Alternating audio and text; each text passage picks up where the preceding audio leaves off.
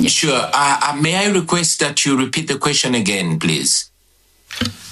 So, Robert, first I said all the best for you personally and for your family, but I wanted to know a part of putting light on the situation and organizing meetings like this and calling for targeted sanctions. What else can we do in order to support you on the ground that are working for democracy in your country?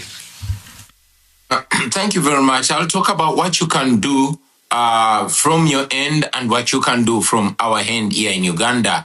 From your end, of course, you can apply targeted sanctions. And I hear very many times regime apologists claiming that when you put targeted sanctions on individuals, it affects the nation. No, it does not. It saves the nation.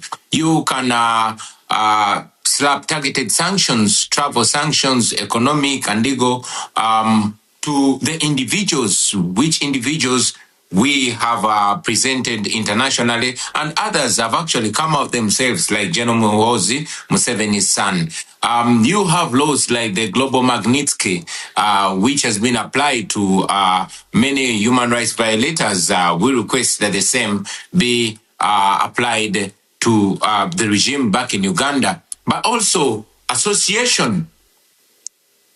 I mean, it slaps those who believes in democracy and human rights in the face when they see ambassadors or diplomats from the world-known democracies standing shoulder to shoulder with gross human rights violations. For example, imagine just a day or hours after General Muhoozi tweets taking pride in murdering people, in attacking people's families and undressing people and tweeting it, taking pride in killing. And then the next minute, you're going to see an official picture of an ambassador from a renowned democracy standing shoulder to shoulder. That is embracing, that is legitimizing impunity. And we call for distancing on that. I mean, I've not seen an ambassador or a government official from a democracy standing shoulder to shoulder with Lukashenko or these other,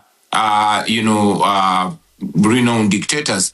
Also, we have requested that for all the aid that is extended to Uganda, let it be conditional. Let it be conditioned to respect to democracy, human rights, and the rule of law.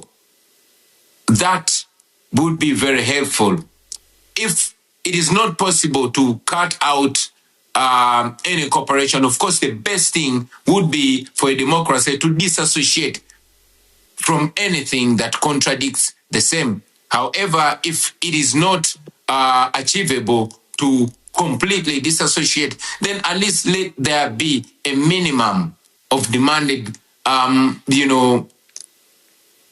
reforms that can lead Uganda to a line of democracy. Thank you very much, Mr. Obi-Wine. And now I would like to give the floor to Ms. Sarah Biriti. I don't see her.